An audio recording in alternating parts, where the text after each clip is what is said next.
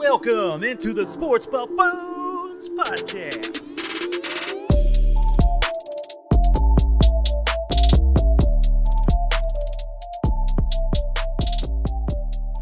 Welcome on in, boys and girls, ladies and gentlemen, to the Sports Buffoons studios out here in Lenexa, Kansas. We got our boys here, Tanner, Dawson. What's up, guys? JG, what's up, my fellas? What's going on?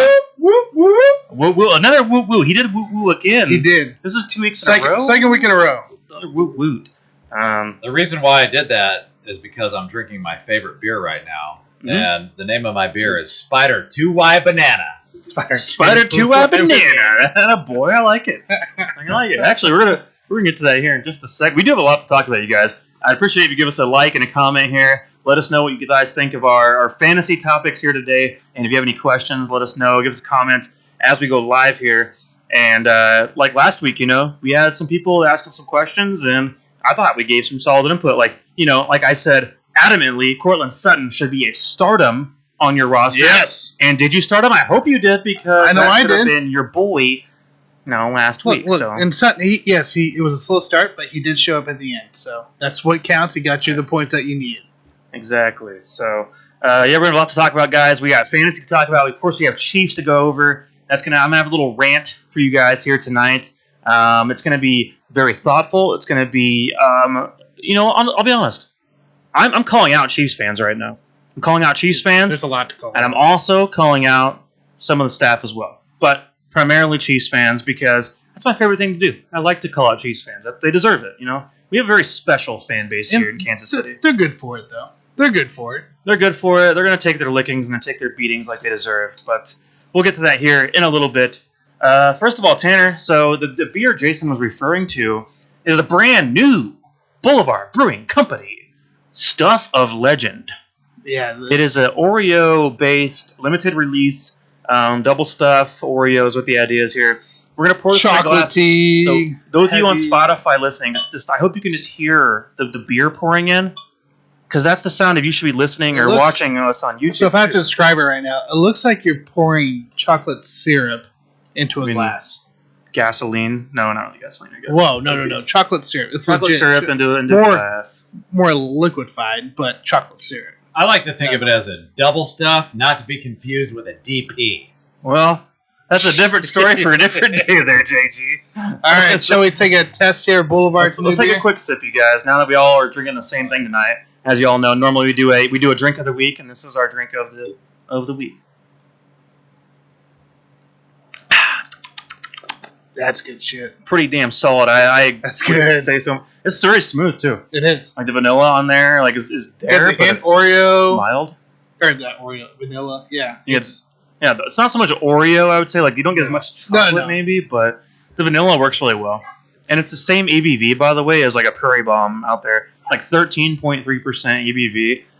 That's phenomenal. So, those of you beer snobs out there like we are, I suggest go find yourself a Boulevard stuff.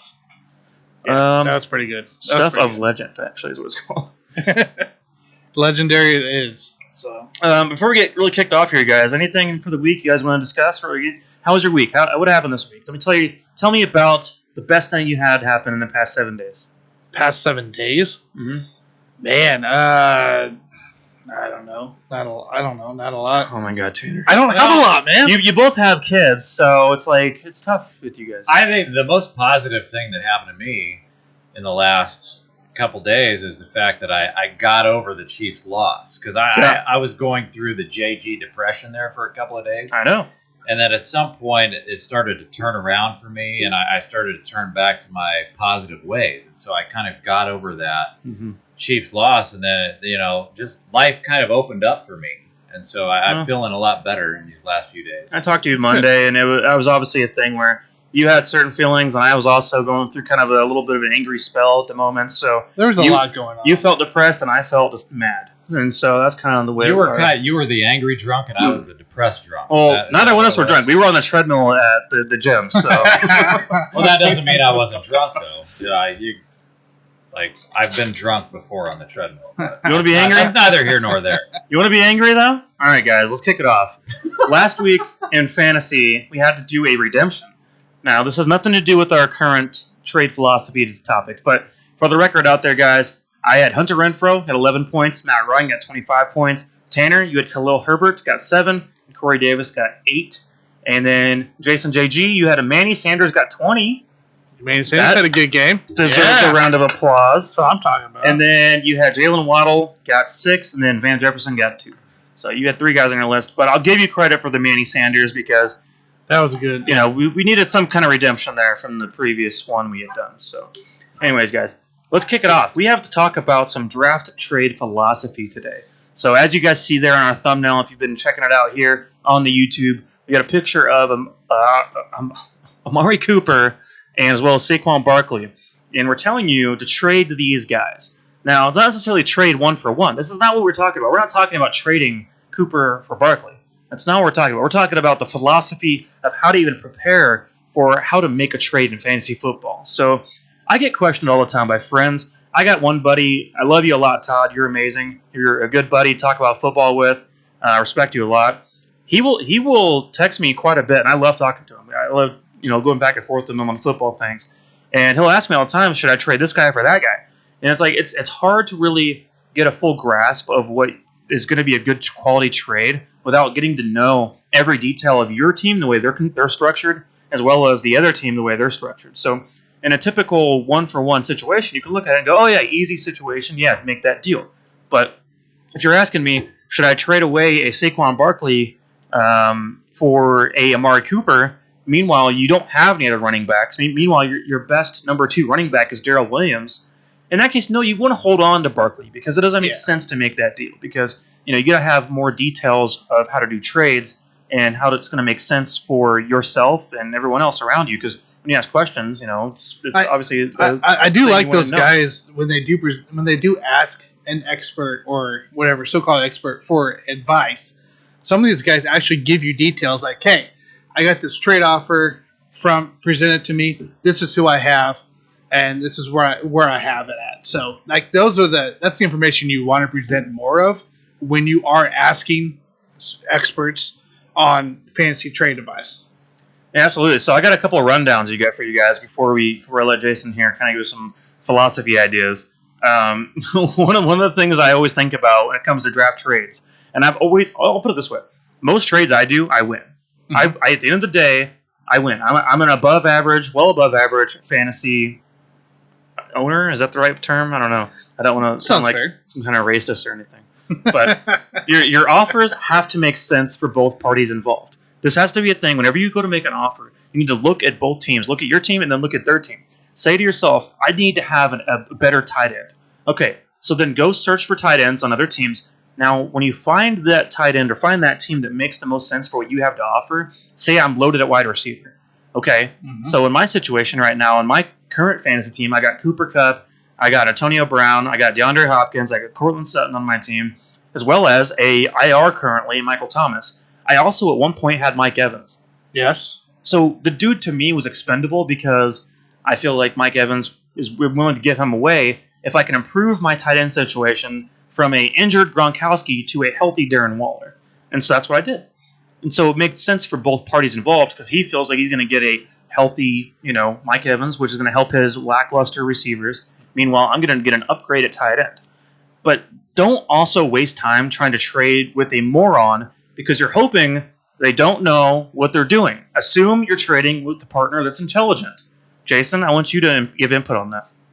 No, I totally disagree with you. I mean, I know. I have an unorthodox philosophy on trading, and I'll just point that out right now. And so you and we kind of start on the same page. The number one rule is you have to find a need on the other team, and I totally agree with you on that. But this is when I kind of go off the rails with my strategy. You always want to lowball the other team because you don't know if you're dealing with a manager who is good at fantasy football or if he is bad at fantasy football. And if he's terrible at it, you might have thrown out a name that this guy has a hard-on for, and he might just make a snap decision and take the deal. And then you're a big winner. But after that, the big thing for me is I want to target players who have an easy rest of the season schedule. Yep. So you want to sell high on players that have already performed. Maybe they had an easy schedule in the first few games, but you think they're going to come back down to earth. Maybe they have a dog shit schedule the rest of the way. So you're going to unload those players that have already shown out. They had a pretty decent schedule in the beginning. And then you're going to load up. You're going to try to trade for these other players that might have had strung together a few shitty-ass games. Okay. But then they have a good schedule the rest of the way. So you're going to try to target those players in a trade. Yeah, I agree with that. Definitely know the NFL schedule. That is a big thing. That's Tanner, huge. One thing I did real quick, if you back when I went, yes, I'm gonna go ahead and get this plug out there. Back when I went undefeated, I went 17-0 one year in fantasy. One of the things I did was I was making trades against guys who I knew I had a bye week going up against. So I would give a guy that I knew I had a running back on my team that knew was expendable. And if I was playing him in week 9, I would trade him that running back who would have a bye week the week I was going to be playing him. So that's how far ahead I was looking when I was making trades and making kind of deals like that. But also, like what Jason just talked about here, is I was looking at the back end of the schedule. Guys who were going to be very productive in the playoffs weeks at the time. It was weeks, 14, or it was weeks 15, 16, 17. And those guys had great matchups. I was loading up on those guys at the time because I already knew I was in. I was 7-0, 8-0 at the time. So I'm like, okay, time to think about the championship run. And so I loaded up on those guys they were going to back in easy schedules. And from there, they just, every week they blew up. And, I think that giving an opponent a player who you know you're going to be facing down the road that's on a bye week is also very vital. It sounds sneaky because they're not going to notice it. When I offer you a trade, they're not thinking, oh, well, in week 9 I played against you, but the guy you're offering me is now on a bye week. No, they're not thinking about that. A lot of owners aren't looking ahead. Cerebral. No, they're not looking ahead at all. I'm just saying that's something to think about and do and use that to your advantage there out there, fantasy listeners, because I've done it and it's worked well for me and I've been very successful doing it and used it all year long to be undefeated. We talk about trading for players that way, trade away players that way too. Like if you know you have a guy that's already struggling with injuries and you got some tough defenses coming up in the middle of the season when it's so crucial to win, try to turn them over. So my big thing, guys, is like you talked about earlier, is just trade for strength. Improve your weakness. So like you had a guy that's expandable on your team. I had a balanced team. Correct. On a balanced team. I had a couple injuries happen on my other ESPN league where I ended up moving a Dalvin Cook, who is starting to become injury prone again, week in, week out. But I could sacrifice him because I had other running back depth, and I had to improve my quarterback, who I had Sam Darnold. No, I didn't have Sam Darnold. I had Teddy Bridgewater at the time, who was performing the first 4 weeks exactly what I thought. And I knew I'd have to have a trade middle of the season. I ended up getting Lamar Jackson and Dawson Knox and a couple other guys to keep the balance there on my bench, but also improve my quarterback play to help improve that overall. So I feel like that was a trade of strength, and I recognized my weakness as soon as I could before the crucial midseason point hits, where you're not going to be able to turn those guys as quick. Yeah, absolutely. You want to get, week 6 right now is very vital. Yes. Week 6 is a time period where teams are trying to figure out, okay, what am I going to look like in week 15? What am I going to look like when the playoffs roll around here? What is my team structure going to be like? Because you have a few weeks here to maneuver, and this is the time period to get your team set in stone and figured out what you're going to want that team to look like, assuming without injuries. You always have to have that outlook of okay, if no injuries happen, because you can't predict those things just happen. And just start building your team that way and have a balanced team. And in order to execute said trades, right, let's say you offer, Jason offers me something, you guys got to create dialogue, period. You have to create some kind of dialogue. You have to be open to maybe trade a player you weren't hoping for, or trade maybe look at different options and suggestions that they're giving you, and maybe that you guys can equal out a deal. It's not always going to happen. It very rarely does that happen for a big player, but if you can dialogue and maybe create some kind of deal with them, maybe you do get some value out of that. Yeah, without a doubt. With that said, you guys, let's jump into our actual topic of the day here. Is a little game we're going to play, Fantasy Trade or Keep. And so I'm going to name off some players here from different teams around the league. And these are players right now who some of you might have on your team, but also you might be eyeballing because you're curious to see what kind of potential they might have. And so this is going to be interesting because these are guys who either have underperformed or overperformed, and you want to know whether you should keep them on your roster or you should be trading them away, selling high, or maybe even buying low on a certain guy who's underperformed so far this season. So first names first, you guys. I want to kick it off with none other than the current in PPR WR7 / the RB3 in all fantasy leagues, including PPR. And that is Cordarrelle Patterson of the Falcons. The guy is currently having his best year of all time with a very terrible team, and that's part of the problem, actually, in my opinion, is that he's been injury prone in the past. He basically is playing like what we always wanted Percy Harvin to play like back in the day. Well, Patterson's finally showing up, and he's putting together great numbers, playing out of the backfield. He's got multiple attempts per game, multiple targets per game, and also he's still returning as well. He's still being a return man in the punt return game as well. I think he's over 120 yards punt return. Right, so he's getting it done in all ways of the game. Like I said, the ultimate Percy Harvin, what we always kind of expect he would become in the NFL before the migraines set in. Not Percy. Cordarrelle Patterson, you guys. I was about to throw the Percy Harvin here. Guys, is he a sell high or is he a hold? Is he a trade? Do you keep? What is your opinions? I want to hear your thoughts. Before I give you my answer on that, quick little ESPN rant here. The problem I have with ESPN fantasy and ESPN in general, because we all know they don't care about sports anymore. They only care about politics.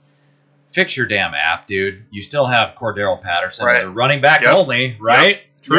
Yeah. He's only a running back. That's awful. That's come awful. on, guys. Like, pull your head out of your ass. But more importantly, with Cordarrelle Patterson, I'm going to keep him. And I understand that he just played the Giants, Washington football team, or whatever you want to call them, and the New York Jets. But schedule is going to get a little bit tougher for him, but he still has Miami, Jacksonville, and Detroit on his schedule. He's already got 25 receptions, 295 yards, 4 receiving touchdowns. And we all know that Mike Davis is nothing more than a plotter. So I am going to keep Cordarrelle Patterson. I agree. Keep him. Where else is Matt Ryan going to throw when Calvin Ridley's out? Nobody else is going to be open. Kyle Pitts will blow up. But we got to go somewhere. You got to have the checkdowns. That line isn't that great. Being the number 3 running back PPR, 35 overall, 18 overall PPR here. I'd keep him. Like you said, the schedule coming out too. It's Miami, Carolina, who could improve now with Gilmore. We'll see. But New Orleans, I'm not worried about. Jacksonville, they got some games that he could really blow up on exactly when you need him to. Also, look at his game log as well, guys. If you didn't know, Week 1 was crappy. But since then, he's scored 16 or more points in PPR consistently. So I'm a full keep, and I have him in my league, and I'm not benching him anytime soon.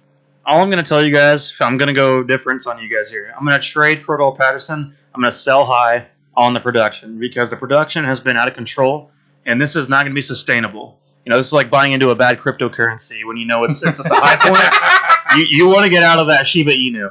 And it's like buying into Dogecoin. Well, right, okay, the Dogecoin. Yep, be true as well. I mean, for me, Patterson needs to go from your team. I understand he's on a bye week this week, and here in week 6, he's going to play the Dolphins. Probably have another, somewhere between 12 to 16 point game, somewhere around there. But here's the thing: the guy has had injury problems in the past, and also, is this going to be sustainable? I just can't imagine a guy like this go a full season, who at 30 years old, finally figuring it out after playing on 5 different teams, wake up one day and go, okay, I'm a do-it-all, all-purpose player. That doesn't work. But why can't it just be a team figuring out Cordarrelle Patterson and what he can do? You mean because they lack so many other options? Is that the really point? Hey, it's perfect fit for him. Right. So the guy's going to stay healthy for that to happen, and they're going to continue on that path, I guess. I mean, if that was to continue to go on throughout the season.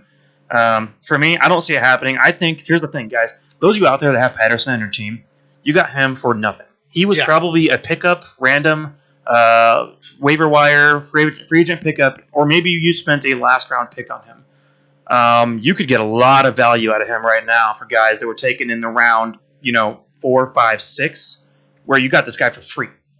And so what I'm saying is sell high for a name that's proven, that's been around, done it long enough, and proven himself. You could get better quality guys you can rely on throughout the season that's why I say sell Cordarrelle Patterson throughout the season.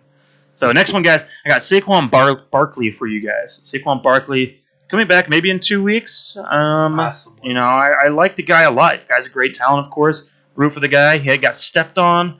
His ankle is now swollen. This is going to be interesting. So, Jason, what do you got for me on Barkley? I mean, I got to keep him. And the reason I'm going to keep him is because he's an elite running back. And I understand that he only had 2 good games so far this year. So the thing of it is, you're not going to get a ton of value on the trade market, especially with the ankle issue. So Saquon's only going to miss like maybe 2 to 3 weeks, if that. I think after that, he's going to explode. And by explode, I don't mean his ankle's going to explode. I mean his fantasy production is going to explode. So, I mean, not a lot of value there. So I'm going to keep him at this point of the season. I agree. I think you need to keep Saquon Barkley. If you look at his schedule coming up, guys, the 2 games that he's probably going to miss is the Rams, great defense, Carolina, great defense. He comes back probably on the Chiefs game, which we all know is a shitty defense now. But like the only other big defense that he's going to play that against running backs is Tampa Bay. But then he becomes a receiving back. Look at Gaskins just blew up Tampa Bay last week, so he became a receiving back. There isn't the rest of the year for his schedule. He has potential to blow up if he doesn't get an injury. I'd say you keep the guy. I really do. I think he provides enough value, and if you are, I mean, you probably picked him high enough, right? Probably in the first round for him. There's no sense of trading him away unless you can get some big purchase out of it for some reason. Yeah, I agree. We're going to go 3 for 3 here because I think as well, just hold on to Saquon Barkley and then hope that things get put together well at the end of the season because, you know, coming off the injury last year and then this year, once again, going through another injury bug. And also, you're not getting quite the production you want yet. Just hang on a little bit because his value is not there. Honestly, if you offer Barkley to anyone right now, you're going to be getting like, you know, round 12 value for whatever you pay for. So, you know, it's not going to be a guy you want to get rid of. So I would just hold on to Barkley and see how things play out throughout the year. If it's a loss, it's a loss. Take the L if you need to take the L. Move on. Hopefully you have depth at running back and go from there. So after that, you guys, I have a big L sitting on my current roster right now. Miles Sanders, running back from Philly. My big problem with him right now is they don't run the ball. They don't run the ball in Philly at all. No. It's frustrating as hell because Sanders is actually a good player. Like there's nothing wrong with Miles Sanders, but they also got this guy Gainwell over there as well, who's been stealing a bunch of touches for no reason in the passing game. Meanwhile, Sanders is also a good receiving back. It's like why? Why do we need 2 receiving backs when you're just not even running the ball? When you know Sanders is a decent runner. And it's frustrating to watch. I mean, the Eagles are going to do Eagles things. So for me, though, you know, I hope for Sanders to have a big game this week, and then I sell high. Sell him right away as fast as I can. Yeah, so I'm gonna keep Miles Sanders for now. The reason I'm going to keep him is because he's still getting the bulk of the touches as compared to Kenneth Gainwell. I know he hasn't done much yet so far this year in fantasy, but you look at some of his upcoming opponents. They're very weak defenses, and when I say weak, that's a weak schedule. I'm not talking about the Chiefs, although I should be talking about the Chiefs. But no, he's got Detroit, he's got the Giants 2 times, he's got the what the fuck team twice, and then he's got the Jets. So I'm actually going to keep Miles Sanders. You might, like Mike said, if he blows up for a couple games, if you want to get rid of him then, that's fine. But at least for now, I'm definitely going to keep his ass because he's got a couple of big games coming up. This is a guy with 0 TDs, by the way. 0 touchdowns. I'm tired of him, Tanner. I'm pissed. 0 touchdowns. Pissed. Jalen Hurts, I think, still leads the team in rushing. If I remember, he's their running back. They don't run the ball. He's the running back. He is the running back. The guy isn't effective either way. I agree. If you do want to keep him, get rid of him right before the trade deadline. Just do what you can. I will trade this guy.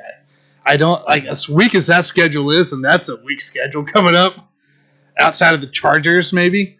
I'd say trade him. Dude, it's not worth it. That schedule is a fucking touchdown carousel. It's going to be for Jalen Hurts, Miles Sanders, Gainwell. For Jalen Hurts and Gainwell, maybe Devontae Smith gets on the end. They'll all get fucking 2 Zach or 1 or 2 Ertz, touchdowns every fucking game. I'll believe it when I see it because Miles Sanders has been dog shit on my team all year, and I'm getting pissed. All right. Are we done with that rant? I think we're done with it. That's not the only thing guys. at. I have an interesting one here because this is a sudden guy coming out of nowhere. He actually was back in the day on my college fantasy team. This is Dawson Knox of the Bills. He's currently sitting at, I think, the tight end 3 of most of your leagues here. His last 4 weeks, you guys, you won't believe this. His points last 4 weeks, 14, 14, 20, 20.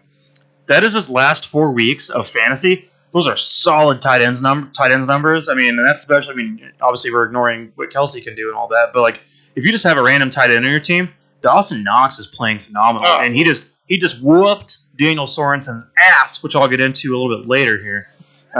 But for me, it's like Dawson Knox is a guy you want to hold because I think for some reason they got something going on here. Whenever you see consistency like this, Dawson Knox is going to finish this season as a top 5 tight end in fantasy. So if you got this guy late in the draft or as a free agent, you got to steal. Don't give that up. Take your value and fucking run with it. Yeah, I'm gonna have to disagree with you on Dawson Knox. He's the Bitcoin for me. He is the Bitcoin. I am going to trade him. Maybe not right now because I do understand he's got Jacksonville and the Jets coming up in week 9 and 10. But I am going to try to sell high at the right time, just like we talked about with Bitcoin. You got to sell him. You got to trade his ass. And you look at his targets for the past 5 weeks. 4. He's had 4, 3, 5, 8, and 4. And he only had 3 receptions against the Chiefs last week. But it's the Chiefs, so obviously he turned those 3 receptions into a huge game. I'm actually a Stephon Diggs owner, who, by the way, hasn't done shit all year. But we all know that's going to change. You know, Diggs eventually is going to show out. And they do have other weapons there in Buffalo. But for me, I want to find somebody who's going to overpay for Dawson Knox in a trade. So for me, I may not trade him right now, but in the next week or 2, I'm going to be trying to find a buyer for him and sell high. I just received Dawson Knox, Lamar Jackson, Zach Moss for Dalvin Cook, essentially. You gave up Dalvin Cook? I gave up Dalvin Cook for Dawson Knox, Lamar Jackson, Zach Moss. What kind of stupid idiot league is that, Tanner? That's the 2 quarterback league that you can play. That's the league that I was. But that's the one I had Teddy in. That's what I was telling you guys earlier. You're making Jason's point. No. This is the number 3. Right? This is number 3 tight end in the league. Okay, Josh Allen has been begging the last few years for a tight end who can be in the red zone. Knox has stepped up. Knox is there. Knox has a touchdown. 4 weeks in a row. 5 touchdowns. Right. 4 weeks in a row. 4 weeks in a row. Okay, this guy is going to continue to be production. And it's going to be near the red zone every single time. It's not going to be quite what we saw against the Chiefs game, right? The 117 yards probably isn't going to be there, but the guy's going to be red zone targets. And if you know Josh Allen, he's going to throw it to him. Tennessee, shitty defense. Miami, Jacksonville, Jets, Indy, New Orleans, New England, crappy. Tampa Bay doesn't have a secondary anymore. And who knows with Carolina yet. So you're looking at the important part of the season, fantasy season, of a guy needing to be in the red zone. I'm loving the teams that he has to face coming up here. I'll take this all day. Dawson Knox, I am keeping you, and we're starting you. Yeah, all right, guys, we got one more. Now, as you saw in our thumbnail, we're going to talk about some Amari Cooper. Because Amari Cooper in week 1 had a wonderful week 1. I think he put up 38 points in PPR. Oh, is that right? Yes. Obviously a huge game. Right now he's currently the WR16. But you know why that's a hidden number? Because currently in the last 4 weeks since that week 1, he's the WR41. That's right, the WR41. You don't want to play him and start him on your team right now. So that's a big issue to me. Michael Gallup comes back in about a week or 2 to that offense, and CeeDee Lamb is the true number 1 of that team. Let's just make no doubt about Correct. that. Amari Cooper is also injury prone. Take that into account. I think right now with Amari Cooper sitting at WR16 and also that fresh on their mind 38-point game he had against the Buccaneers defense, you need to be selling Amari Cooper as fast as possible right now, getting rid of him, because that is not going to be sustainable over the course of the season. You want to get a running back, you want to get a higher end receiver potentially, maybe somebody with more upside than what Amari Cooper can offer. And maybe in the meantime you can pick up Michael Gallup for next to nothing, while getting rid of Cooper and getting a certified starting receiver, which is not Amari Cooper at this point. Sell him. No, I totally disagree with you on Amari Cooper. You guys that listen to this show, I used to call him Amari Pooper because you would depend on him in fantasy, and he would always shit the bed. That's why I called him Pooper. But now for me, he's back to being Amari Cooper. And I can safely say that you should keep him, not trade him. You need to keep him on your team because if you look at his schedule, and I do believe in the Cowboys this year, by the way. Cowboys are a great team, and they're in a weak division. Look at the schedule week through 10 through 17. He's got Atlanta. He's got the Chiefs, Raiders, New Orleans. He's got to play Washington twice, the Giants, and Arizona. That'll be a high-scoring game. You look at his targets. He went for 17, 5, 4, 3, and 6. He's got 4 touchdowns on the season. And I'm a big believer in this offense. It's not so much that I don't think they're going to spread the ball around. You know, Gallup is going to get his. You know, they're going to spread the ball around. But for me, I just love the Dallas Cowboys offense, especially in that division. So, Amari Cooper, I mean, he hasn't exploded outside of week 1 this year. So, I'm going to go ahead and keep him. I have a question then. Would you trade straight up, Cooper for CeeDee Lamb, 1-for-1? Yes. Now, on which end? What would you rather have? CeeDee Lamb. I'd have CeeDee Lamb. Who would you take between the two? I don't think it matters. I mean, I just, like I said, I like the offense. I would go either way on that. Gotcha. All right, before we jump into these comments here, my Amari Cooper take, we're keeping him, guys. We're keeping Amari Cooper. Keep him. Dak Prescott is going to throw the ball all season long. Zeke and Tony Pollard aren't going to do everything every week. So you're looking at Dak needing to spread the ball out. I love CD. I'd rather take CeeDee Lamb if that was the case, like I said. But I'm keeping Amari Cooper regardless. He's on my. He's a starting guy. He's going to be that way. I'm keeping Amari Cooper. He's consistently in the close to the 60 yards pretty much for the last 2 games. There's no reason to trade him.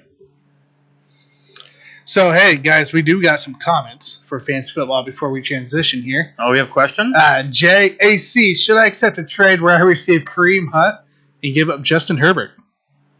And give up Justin Herbert. See, that's one of those questions I was talking about with philosophy, is what is your situation then after Herbert? So if you have a quarterback, if your backup in that case is going to be someone who's viable, who could put up numbers similar to Herbert, then sure, why not? But if you don't have a backup that's viable, then do not give up Herbert for Kareem Hunt. No.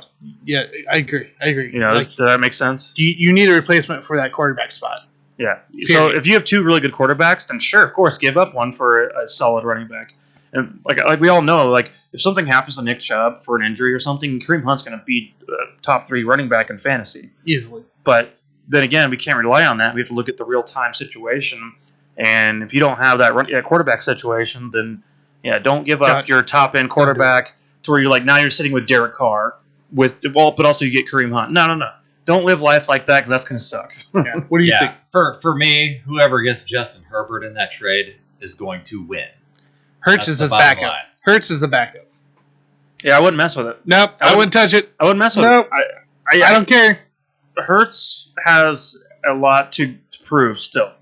I understand he's currently a QB 8 in most leagues, but keep in mind a lot of those numbers came from the Chiefs. But I'm just saying, keep in mind about that. You're going to have a tough time down the road as the season goes on with dealing with that. Meanwhile, Herbert is, you know what you're going to get. Yeah, you're going to see more consistency with Justin Herbert. And it's not outside of the realm of possibilities that Herbert wins the MVP this year. So keep that in mind. Anything can happen, right? Yeah, right now he's potential. Yeah. Let's see here.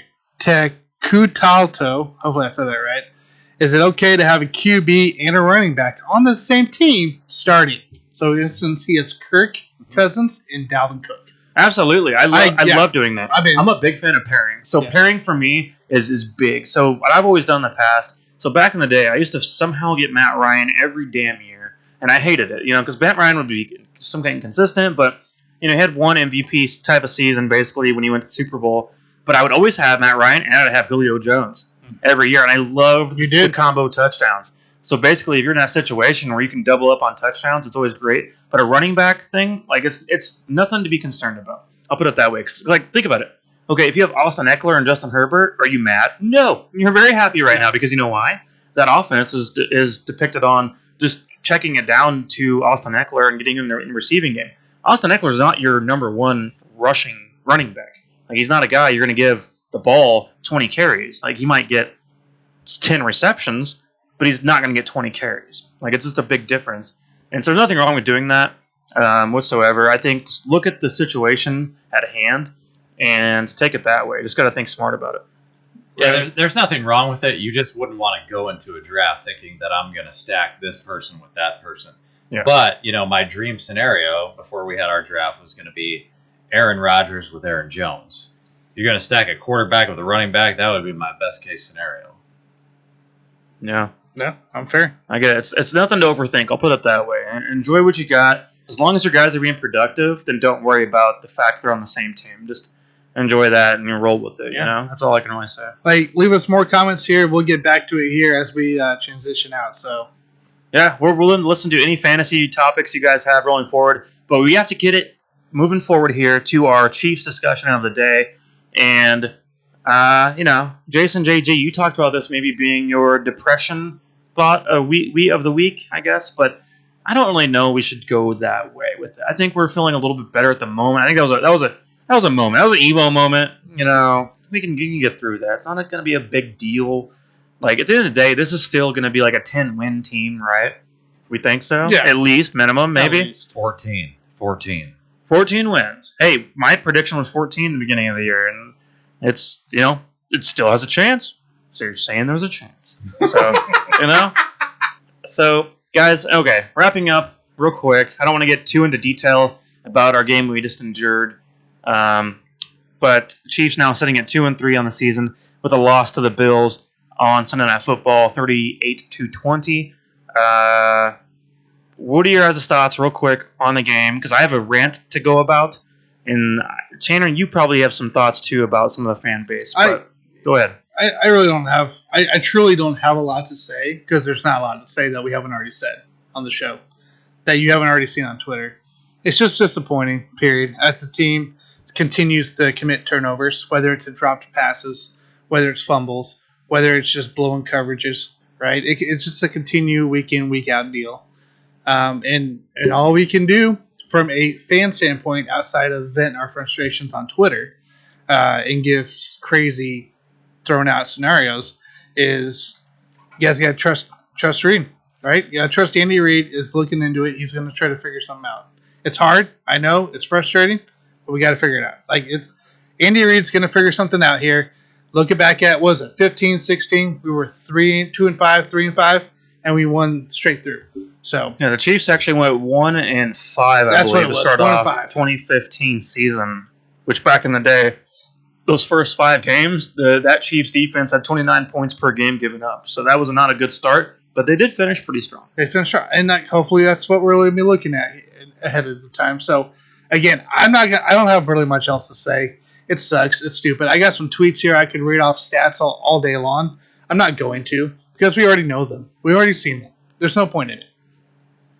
Jason, what are your thoughts? Yeah, guys, we're 2-3 right now. And so, I know a lot of you out there are thinking, oh, this is the end of the world. It's really not. I've seen a graphic out there that says we are the worst defense in the history of the NFL after the first 5 weeks, and that's true. But one positive you can take out of that is that we can only get better from here. And obviously we need our players to be healthy, so it's very difficult to evaluate the quality of our defense throughout the course of a season when CJ and Charvarius Ward don't even play in the game, and Willie Gay is just now getting back up to speed. And so, having said that, Daniel Sorensen is not doing his job, and that's a problem. What happens to any of us out there if just a random worker doesn't do his job?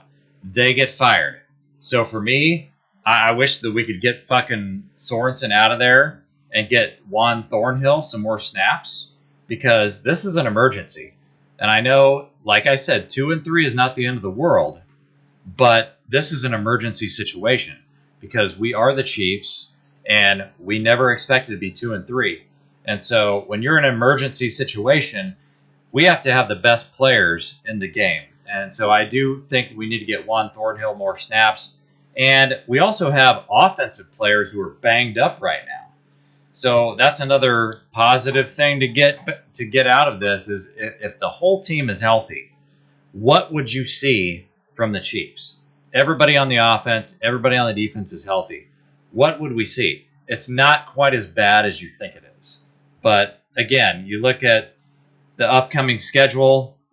I mean, this is a get-right game coming up at Washington. But for me personally, we've got 8 get-right games in a row. And we need to win at least 7 out of 8. We've got at Washington, at Tennessee. We've got the Giants, Green Bay, at Las Vegas, then Dallas, and then Denver, and then Las Vegas again. There's no reason why we can't win 7 out of those 8 games. Okay? And I know that might sound to you like it's wishful thinking. But to me, that's reality. That's the mentality they need to go into. You know, I know we always talk about, it's one game at a time, one game at a time. That's fine. But there's no reason why they should lose really any of those games. Maybe Green Bay, okay, even though we're playing Green Bay at home. But they should win that one too. Okay, yeah, so their defense is anything to be right home about. Yeah, I mean, as a Chiefs fan, this is, like I said, I was depressed after that last game. But at some point, you've got to ride with your team. You've got to have a little bit of confidence and know that we can turn it around. We can turn it around. It's not outside of the realm of possibilities to turn this thing around and still be a wild card, or maybe even better than that. Who knows? So I'm not going to write off the Chiefs. No, we may not have the best regular season that we've seen recently, but if you can just get into the playoffs, then all bets are off. And we know that. You guys know that as NFL fans. Once you get into the playoffs as a wild card, case in point, the New York Giants, when they beat the New England Patriots and Tom Brady. Yep. All bets are off. If you can just get in, anything is possible. Yeah, one of the highlights of the week to me was seeing X Factor, Ty Roten, getting decked in the stands because he's a freaking idiot. That was another super fan. That was my highlight of the week, without a doubt. By another super fan took care of him. Right. So Red X took care of Ty Roten, and gosh, guys, that guy deserves it more than anybody else. He should be banned from Arrowhead. And I mean, freaking, I have too much to say about that. Wait, would you ban him first, or would you ban Daniel Sorensen? Ban him. That's a tough call, right? You know what? X Factor has caused a lot of trouble over the years because he's been around for the last almost 30 years of the Chiefs' kingdom. Or Sorensen's probably going to be done here in the next, hopefully, few months. But so I would definitely ban X Factor first. Hopefully the coaching staff takes care of Sorensen for us. Right. The rest of the fans who are just there trying to enjoy. Before you go, Mike, should we change his nickname from Dirty Dan to Dildo Dan? Sure. Is it too early for that? I'm fine with Dildo Dan. That is not a problem to me. I think here's the thing, guys. There were some comments made about some people as far as Daniel Sorensen from some fans who basically are like, oh, don't forget all the good things he's done for this team and the big plays and the big impacts he's made in the history of the team. It's like, you know what? The Royals also brought back some bums like Wade Davis and some Joakim Soria, and, all these other guys, and some guys from the World Series team. They brought back Tanner. Help me out with the pitcher. The other pitcher we brought back for the Royals. Wade Davis, WD-40. Not Wade Davis. No, the other one. They did. They brought her back. Right, the other one. I can't remember. Greg Holland. Yeah, Greg Holland. Greg Holland. And we brought back somebody else too. I can't remember. Alcides came back for a minute, then he got traded. And we brought back all these guys, and it's like, you know what? Okay, yeah, at one point in their career they did something for us, but we're living in the moment. We're living right now because Daniel Sorensen did something for us great, 2, 3, 4 years ago. He's no longer that player anymore, and I can't put up with a bunch of shit for the sake of maybe you'll have a lucky play when it comes time for the playoffs. Maybe. I don't know. Like, we're living in now currently. I don't give a damn what you did in the past. So, yeah, we can all, maybe 10 years from now, I'll look back and go, hey, Sorensen made some cool plays on that Super Bowl run. Yeah, of course.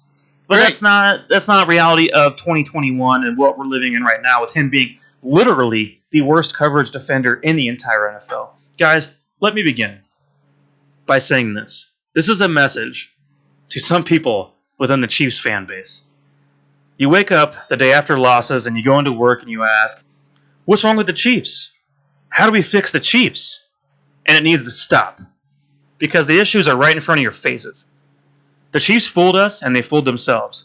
We were sold this entire offseason how the defensive line was going to be so improved with the addition of Jaron Reed, being able to move Chris Jones to the edge, out to the defensive end. People on the radio were talking about a 15-sack season for Chris Jones. One guy from 610 even thought Chris Jones would win the Defensive Player of the Year. The hype was unreal. It was all a mirage, guys. All mirage. But do not come at me any longer with this bullshit of, oh man, I think teams are starting to figure out Mahomes. You idiot. Patrick Mahomes is the only thing saving this team from looking at 0-5 right now. Patrick Mahomes leads the NFL in touchdown passes. Patrick Mahomes has the highest QBR in the NFL right now. Patrick Mahomes still currently has the highest completion percentage of his entire career right now. Patrick Mahomes did not tell Tyreek Hill to let a pass go directly through his hand for a pick six last week, did he? No. Patrick Mahomes did not tell Marcus Kemp to drop an easy pass and bat it up in the air to get intercepted against the Chargers. Pull your head out of your ass, Kansas City. Great quarterbacks do not get figured out. Quit it. Lately, teams are playing two high safeties, to keep the ball from going over the deep into Tyreek Hill. Every play, this is Mahomes' thing. This is his forte. He loves to go deep, right? So he holds the ball a little bit longer than normal than his typical style thrives on. But you know why? I'm already tired of this conversation. Because it's dense and clueless. You want to know what the issue is with this team? This current Chiefs defense is the worst in NFL history through 5 games. Kansas City is sitting right now with allowing 3.29 points per drive allowed. Let me put that in perspective. You might hear that number and go, what does that mean to me? I'm about to tell you. So the horrid 2018 Chiefs defense allowed 2.35 points per drive. That's actually almost a whole point difference of per drive ratio. The 2020 Detroit Lions allowed 2.98. The 2004 Chiefs defense, back there with Dexter McCleon and all the other bums of Eric Warfield and other little shitty guys out there we had on defense back then. Best player on the field was Eric Hicks. Are you kidding me? Bums! Even those guys allowed 2.26. The worst defense of all time statistically allowed 2.96 yards per drive. The 1981 Baltimore Colts. This defense does not get pressure without blitzing a corner and does not stop the run with the front four. This front four is straight fucking garbage. The 2000 Rams, the greatest show on turf, still holds a record for the most yards per play in the history of the league, sitting at 7 yards per play throughout an entire season. This defense is giving up 7.1. So you're telling me this is basically the direct opposite of the 2000 Rams offense. So as good as the Rams offense was back then, this defense is literally the exact same thing, but opposite. This is disgusting and hilarious at the exact same time. So the staff trots out Daniel Sorensen for 100% of the snaps while he gets his ass handed to him every week. He leads the NFL in missed tackles. I don't want to hear bullshit about how Juan Thornhill can't defend the run anymore, and that's not why he's out there. But you know why? Because Daniel Sorensen can't defend shit. Anthony Hitchens doesn't do a damn thing. Derek Nottie has 9 tackles on the season. Jaron Reed has 6 tackles on the season. You might as well not exist. It is miraculous that this team is 2-3 right now. They lead the league in giveaways offensively, and they have the worst defense of all time. Now, you better be damn happy that Patrick Mahomes still has this offense ranked number 1 in the league in scoring offensive rate, and 3rd down conversions as well. That's right, number 1 in offensive scoring rate and number 1 in 3rd down conversions. Are you kidding me? And you want to ask me, oh, I think they're starting to figure out Mahomes. So fucking quit. Just stop with the Mahomes is off BS. I'm tired of it. People need to accept the fact that this defense is failing miserably right now, and it's putting strain on every other facet of this team. And the next time you say, how do we fix the Chiefs? Because I'm tired of hearing it. We don't. We don't fix the Chiefs. It can only fix itself with what we currently have, and we have an easier upcoming schedule. We get to live and die with this team in 2021, and then figure out how to improve it through the draft next year in 2022. That's it. Well, the only thing that I would add to that is when these people come out and they say, oh, the league they've figured out Patrick Mahomes. I would say that they said the exact same thing before the season started about Lamar Jackson.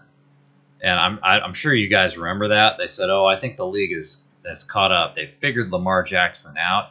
The last time I checked, Lamar Jackson he's having a pretty good fucking year right now. He's 4-1. Yeah. So, it's not about Patrick Mahomes. And he's overcome how many injuries now to that team? Think about it. Offensive Lamar's line, played one. running backs, receivers, defense. Credit to Lamar. Yeah, credit to Lamar, but it's not about Patrick Mahomes, okay? Patrick Mahomes is who he is, and we know who he is. And so we do need to stop blaming him for our problems, and I agree with you on that, Mike. Okay. All right, guys, before we transition to the next topic here, I got a comment here by Trilly Seb. He got sent a trade, Mixon, Hunt, and Debo, for Cook, Edmonds, and Robert Woods. He wants to know who is winning that trade. All right, hold on. Let's go slow it down. We have 3 for 3. Is that what's going on Okay, here? 3 for 3. 3 for 3. Joey Mixon, Okay. Hunt. Joey Mixon. I love when you say Joey. Too. You always say Joey. Joey Joe Mixon. Joey Mixon, Hunt, and Debo. And Debo. Right, for Cook, Edmonds, and Robert Woods. I take this hand. I gotta go Which with one's that? this side. This is the one with Joey Mixon. The side with Joey Mixon. The Joe Mixon Kareem Hunt situation. That's fair That's better. because if you look at it too, Debo is a top 5. Yes, Debo is a big baller. He's having a great year. Yeah. So do you agree, Jason, too? I agree that Joey Mixon is the big dick side of that trade. Mixon, Hunt, and Debo is winning the trade. They're going to win that fucking trade. Yes. There you go, Trilly. Looks like, and I have to agree, I started looking into it a little bit more after I responded to you. With Debo being a top 5 guy alone, and Edmonds also consistently outside of last week, getting more reps outside of what I expected. And you know, I both like James Conner. So. But Edmonds is still consistently involved. Sure, that's fine. And of course, Mixon has actually I need some wood here. Oh, I don't even know where it's at. Knock on wood, stayed healthy enough. I'd say, I have to agree with them. Yeah, I think that definitely that's the way to go with that one. So hopefully that helps you out, Trilly. All right, guys, we're gonna switch over to our power rankings now. We're going straight power rankings. What else do you have in mind? Well, I was going to talk about the Kansas City outlook. What do we expect? Talk about it. So the outlook for me, guys. Here's our next 5 games. I'm seeing a reason why we don't win the next 5 games. We got 3 teams with horrible defenses right now. Packers is going to be a great game, and then the Raiders, which I'm sure it's going to be a close game. So for me, guys, I think the outlook for us is exactly what we needed coming in after a stretch of really good teams here. So I'm looking at us to finish 5-0 going into this 5-game stretch. 5-0. Yeah, I mean, outlook for me overall, the schedule lightens up, so the defense will by default look better for a while, and they'll play better probably this weekend against the Washington football team, and they'll probably look good against the Giants and all that stuff, and probably decent against maybe even the Titans, maybe. Although Derrick Henry's pretty damn good. That defense is bad, though. But it's bad. It's bad, and it's going to be a problem all year. So, yeah, for me, it's like, guys, let's hope we win 10 games this year. Yeah. What do you got? No, I'm still going 14-3. I don't give a shit. Okay. I mean, I look at the outlook. I mean, even those 2 tough games when you host Green Bay and Dallas, there's no reason why we can't win those 2 fucking games. So, yeah, I mean, which one? Give me that upcoming schedule. I think we can win 8 games in a row, or at least 7 out of 8. All right, cool. There you guys have it. So, I think outlook's looking great for us. All right. Well, we time to go to the power rankings? Yeah, with that said, I mean, we our updated power rankings, guys. So on the screen here and the graphic, if you're viewing on YouTube here, you'll see our picks that we picked back in what would have been week 3, what we talked about for power rankings. So you'll see our top 7 teams there all broken out. We finished 1 and 2 with the Rams and the Bucks all together. So I'm wondering, how does that switch up this week? This will be a little different now. I think there's going to be a few teams on here that quite aren't in our top 7 that were on there. So let's get to it. Kick it off the same way, Jason, guys. You know how to do it. Number 7. Get it? Number 7. All right, guys. So the 7th best team in the league right now are the Dallas Cowboys. They are 4-1. And they also beat the LA Chargers, which I see that as a quality win. So I've got the Dallas Cowboys number 7. For me, I got the Kansas City Chiefs at number 7 right now. Great offense, best offense in the entire league. Worst defense in the entire league. we're looking at the Texas Tech offense once again from back in Mahomes' college days. So Chiefs, number 7. Baltimore Ravens is my number 7, guys. Lamar Jackson continues to show his ability to come back and win in the final seconds, let alone minutes for each game. He continues to lead that team. It's amazing. The defense continues to stop teams when they need to stop teams. There is no reason why are they not in my top 7 to begin with. So I am going Ravens at 7. Number 6. I'm going to go with the Buffalo Bills here. They are 4-1, and I understand some of those wins that they've had were kind of weak teams like Pittsburgh, Miami, Washington, but they did beat the Chiefs. So even though the Chiefs weren't 100% healthy in that game, they did do it at Arrowhead. So I'll give them the benefit of the doubt. I'll put the Bills at number 6. Yeah, for number 6, like the Cowboys here. So you had them at 7, I have them at 6. I think they have actually defense playing better than they expected right now. And that offense is going to be having Michael Gallup return. And I just like the overall talent of the team. I think this is one of the better teams. And as I told you guys at the beginning of the year, this is at least a 10-win team. And they're looking like maybe even better than that. So what do you got, Tanner? Cowboys. Cowboys are my team on number 6 here. They got a good win against the Panthers a couple weeks ago. Chargers win as well. And the Chargers are looking really great. And they had a close game against the Bucs week 1. I'd say there's no reason why this offense doesn't continue and this defense continues to work over these teams. So I'm going number 6, the Cowboys. Number 5. Number 5, guys, I've got the Tampa Bay Bucs. They are 4-1, and they beat Dallas in week 1. And so we all know who they are. They're a great team, and they have the GOAT as their quarterback. So I'm going with the Bucs as the 5th best team in the league right now. All right, after that, I got number 5 as well. I got the Chargers for number 5 for me.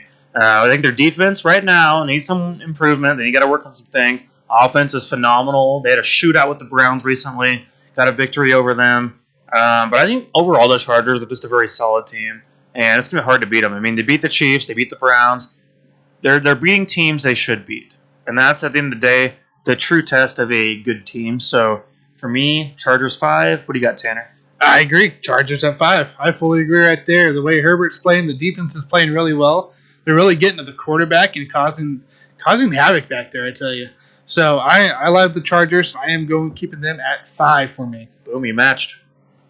Number 4. I am actually going to go with the Green Bay Packers as the 4th best team in the league. They are also 4-1, and they had that tough loss at the beginning of the season, but I'm not gonna give them too much shit about that game because it was just the first game of the season with a very minimal preseason. So give me the Packers at number 4.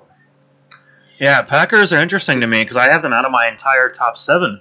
You know why? I can't have a team who has more points allowed than points forced. So for me, number 4 is the Buffalo Bills, as a matter of fact, which is, to spoiler alert, my best team of the AFC. Bills, I like the Bills quite a bit. I think their biggest flaw is their run game, which literally comes from Josh Allen, because the rest of those guys have a lot to prove still. But that defense right now, they're playing better than last year, and they're shutting it down. They're locking it up. I love that Bills defense, and Josh Allen's playing, MVP style. So, Bills. Number 4 for me, guys, is the Los Angeles Rams. They recently just beat Seattle with essentially Russell Wilson heading out of there afterwards, being injured. So it's a tough game. They lost to the Cardinals. That's why I dropped them down to 4. They lost to the Cardinals here, who's been dominant. So they're a great team, great defense. I still think that they got to play some more close games here. Obviously, the next 4 games are against shitty defenses, so I expect blowouts. If I don't see blowouts, they stick at 4. So 4, Los Angeles Rams. Number 3. Number 3, guys, I'm going to go with the LA Rams. They are also 4-1, but they also beat the Tampa Bay Bucks, which was a great win for them. And I actually think their defense is going to get a little bit better as the season goes on. Defense hasn't looked really great so far, but I'll go with the Rams at number 3. Number 3 for me is the Tampa Bay Buccaneers. I think this is a great team, obviously top to bottom. Probably the most talent in the league, maybe aside from a couple other guys, but it's debatable. I love Tom Brady having an MVP season once again. He leads all of fantasy in points. That's right. A pocket quarterback who does not run at all. Crazy. Leads all of fantasy in points right now. So, guys, Bucks, Super Bowl champions, that's my number 3. 3 Buffalo Bills, guys, for me. The way their defense proved that they are not to be taken lightly. Yes, they played against the Texans, Miami, and they dominated those guys. But then they played against the Chiefs and Patrick Mahomes, and they caused a couple turnovers there. And they had Tyreek pretty much locked up the almost entire time, essentially. So I have full in on Bills right now, the way they're playing. I'm hoping to see some more key games coming up for them here. I got Bills at 3. Number 2. Have you guys ever heard of a team to not play a single home game the entire season? Well, that's my number 2 team. It is the LA Chargers. They are 4-1. They're not going to have a single home game the entire season. Their only loss was to the Dallas Cowboys, so that was a quality loss, I think you would say. And, they're the second best team in the league, no doubt for me. Number 2 for me is the Rams, the LA Rams right there. So we're going to stick with LA teams, I guess. But, the Rams to me, that's a team that went up there and put a whoop ass on the Buccaneers and then took a loss to my number 1 team. But I think the Rams are phenomenal. I love Stafford over there. That is a phenomenal situation for him to be in. And the defense is still great. So, let's see how things roll out still. There's more time to tell before we really figure things out. But they're my second best team. If they had to play... let's put it this way. Rams have to play against the Chiefs right now. Rams all the way. Yeah. What we at, number 2? Number 2. Green Bay, baby. Green Bay, number 2. Second best team in the league, I think, right now. Yes, I know you're shaking your head, Mike, but it doesn't matter because Aaron Rodgers is continuing to bring this team to win, just like Lamar Jackson was doing for them. They just beat a really good Bengals team, and they're just dominating all their games. That Week 1 hoax, right?